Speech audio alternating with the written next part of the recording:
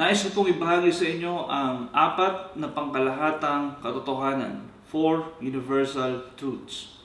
Ito po mga katotohanan na ito ay matatagpuan sa banal na kasulatan na kapag pinaniwalaan ito ng tao ay magkakaroon po siya ng kaligtasan at kung sakaling hindi, siya ay mapapahamak.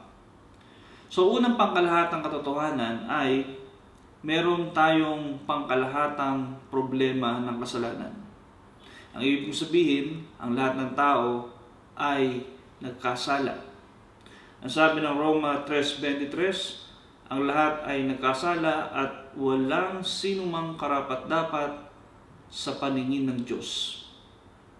At ganun pa rin sa aklat pa rin ng Roma 3, talatang G hanggang 11, ang sabi ni Pablo, walang matuwid, wala kahit isa. Walang nakakaunawa, walang naghahanap sa Diyos. Marahil, tinatanong natin, ano nga ba ang ibig sabihin ng kasalanan? Ang sabi ng unang Juan, kabanatang 3, talatang 4, ang bawat nagkakasala ay lumalabag sa kautusan ng Diyos sapagkat ang kasalanan ay paglabag sa kautusan. So, ibig po sabihin, ang Diyos po ay merong kagustuhan, meron siyang gusto at meron siyang ayaw. Lahat po ng gusto niya ay nakasulat po sa Bible at ganoon din yung mga bagay na ayaw niya ay nasa Biblia rin. Kaya kapag ang tao po ay nakakapag-isip, nakakapagsalita o gumagawa ng anumang labag sa kagustuhan ng Diyos na matatagpuan sa banal na kasulatan, ang tawag po doon ay kasalanan. At dahil po dyan, ito pong kasalanan na ito na unang ginawa ni Adan at ni Eva, sila po ay sumuway sa utos ng Diyos. Sila po ay nagkaroon ng tinatawag na kalikasan ng kasalanan or sinful nature na naipasa po sa lahat ng salinlahi. Kaya kahit ho isang sanggol sa sinapupunan ng kanyang ina ay mayroon ng tinatawag na mina ng kasalanan.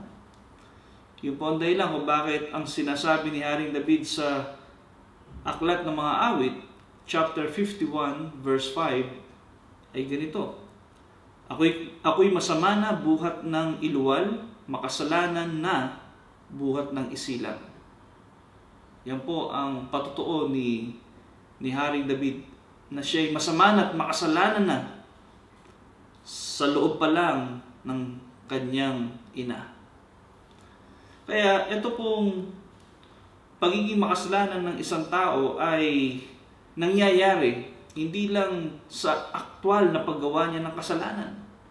Kung hindi kahit sa tiyan pa lang ng kanyang nanay, meron na siyang sinful nature o kalikasan ng kasalanan na gumagawa para siya ay maging makasalanan sa harap ng Diyos. Katunayan ang sinabi rin ng Roma 5:12, ang kasalanan ay pumasok sa sanlibutan sa pamamagitan ng isang tao at ang kamatayan sa pamamagitan ng kasalanan niya. Dahil dito, lumaganap ang kamatayan sa lahat ng tao sapagkat ang lahat ay nagkasala.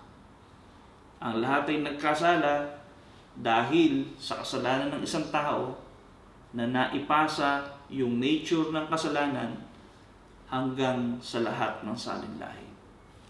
So yun po ang unang katotohanan. Meron tayong problema lahat at yan ay problema ng kasalanan. At itong problema ng kasalanan ay hindi nagtatapos sa kasalanan lamang sapagkat meron tinatawag na kabayaran ng kasalanan. And this is the second universal truth, the universal consequence of sin. Ang sabi ng Roma 6:23, ang kabayaran ng kasalanan ay kamatayan. Ang kamatayan po na tinutukoy sa Bible ay dalawa. Una, kamatayang pisikal. Pangalawa, kamatayang spiritual. Kamatayang pisikal, lahat ng palatandaan ng buhay ay nawawala. Wala nang pintig ng puso, walang hininga, walang pulso. At yung kamatayang spiritual na mas lubhang nakakabahala, ito yung buhay tayo, malakas tayo, pero hindi natin mamalayan ng Diyos sa buhay natin. At ito pong klase ng sitwasyon na kung ang isang tao ay merong putol na ugnayan sa Diyos, sirang relasyon sa Diyos, ay makikita natin na kahit minsan mag-pray siya, hindi naririnig ang kanyang panalangin sapagkat may hadlang, at yun ay ang kasalanan. Kaya sinasabi sa aklat ng Isaiah 51 verse 1 and 2, si Yahweh ay laging malakas upang iligtas ka. Hindi siya bingit, ang mga dalangin mo ay diringgin niya. Ngunit, ang sala mo ang nagiging dahilan kaya di marinig ang iyong dalangin. At siya ring dahilan ng paglalayo ninyo. So, dahil sa sala o kasalanan, ang tao sa kanyang panalangin ay hindi marinig ng Diyos. Ang tawag ko doon, spiritually dead. At ang mabigat to, kapag ang isang tao ay inabutan ng kamatayan sa ganyang sitwasyon, ang sabi po ng aklat ng Pahayag 21, talatang 8, malagim ang kasasapitan ng mga duwag, mga taksil at nagpapasasa sa kasuklam-suklam na kahalayan, mga mamamatay tao, mga mapakiapid, mga mangkukulam, mga mananamba sa Diyos-Diyosan at lahat ng sinungaling. Sila ibubulid sa lawa na naglalagablab na asupre na siyang pangalawang kamatayan. So meron tinatawag na naglalagablab na lawa ng asupre. Yun po ang impyerno. So, ito po yung kabayaran ng kasalanan. So, wala yung libreng kasalanan dito. May kabayaran po. Kamatayan. Kamatayan pisikal, kamatayan espiritual. Subalit, salamat, hindi nagtatapos ang mensahe ng Biblia sa ganun. Pangatlo, may tinatawag pong pangkalahatang solusyon sa problema ng kasalanan. The universal solution to the problem of sin, yun po ay ang ating Panginoong Hesukristo. Sapagkat ang kamatayan ni Kristo doon sa krus ang siyang naging pambayad sa kasalanan ng sanlibutan. Yun po ang sabi sa aklat ng Efeso, kabanatang 1, talatang 7, Ephesians 1:7, tinubos tayo ni Kristo sa pamamagitan ng kanyang kamatayan at sa gayoy pinatawad na ang ating kasalanan. Tinubos tayo sa pamamagitan ng kanyang kamatayan. Di ba, ang sabi natin kanina, ang kabayaran ng kasalanan ay kamatayan. Si Kristo namatay doon sa krus, hindi dahil sa siya ay may kasalanan, kundi dahil yun ay ginawa niyang pambayad sa ating mga kasalanan. Kaya wala pong katubusan ng kasalanan, walang kapatawaran ng kasalanan na hiwalay kay Kristo sapagkat siya lang ang nagbayad sa kasalanan ng tao. At pang-apat, matatanggap po natin yung kaligtasan na inaalok ng Panginoon. Yung kapatawaran ng kasalanan kay Kristo ay matatanggap po natin sa pamamagitan lamang ng tinatawag na pananampalataya. And that is the universal requisite to receive salvation. So yun po yung tanging paraan para makamit natin ang kaligtasan sa pamamagitan ng pananampalataya kay Jesus. Ang sabi po ng aklat ng Efeso, chapter 2, verse 8 and 9, dahil sa kagandahang loob ng Diyos ay naligtas kayo sa pamamagitan ng inyong pananalig kay Kristo, at ang kaligtasan ito ay kaloob ng Diyos. Hindi mula sa inyo, hindi ito dahil sa inyong mga gawa, kaya't walang dapat ipagmalaki ang sinuman. Napakalino po sa aklat ng Efeso chapter 2 verse 8 na ang kaligtasan ay bunga ng kagandahang loob ng Diyos. Sa English, by grace you have been saved. Yung salitang kagandahang loob o grace ay isang regalo ng Diyos. So lumalabas na ang kaligtasan ay regalo ng Diyos, hindi natin pinagtrabahuhan. At para matanggap natin itong regalo ng kaligtasan ng Diyos, matatanggap natin sa pamamagitan ng pananampalataya. So ito pong pananampalataya, ang ibig sabihin ay pagbibigay ng ating buong tiwala, pag-asa at kumpiyansa kay Kristo na siya po ang ating tagapagligtas.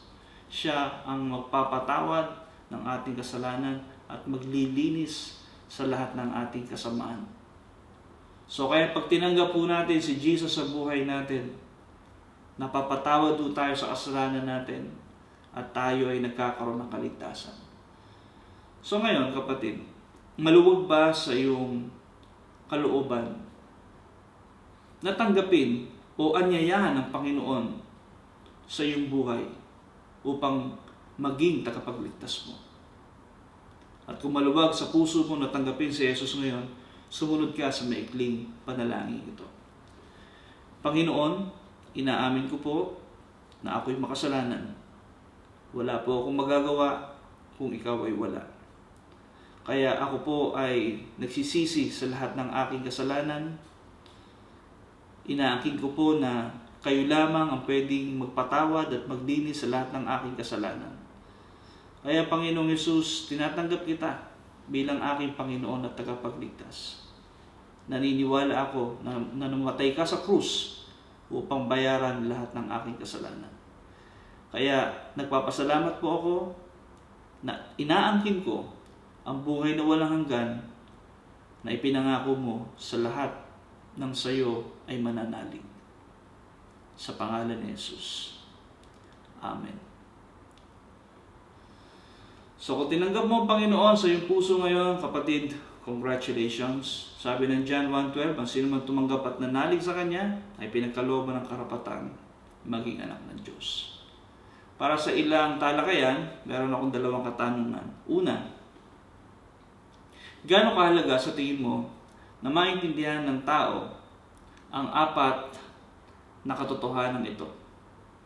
Yung apat na katotohanan na ang lahat ay nagkasala, na ang kabayaran ng kasalanan ay kamatayan, at mayroong solusyon sa problema ng kasalanan na matatagpuan lang kay Kristo, at matatanggap natin ang kaligtasan ni Kristo sa pamamagitan lamang ng pananampalataya. So sa palagay mo, gaano kahalaga na ito ay malaman ng tao? Pangalawa, paano malalaman kung tunay mong sinasampalatayanan ang Panginoon sa iyong buhay? Maraming salamat.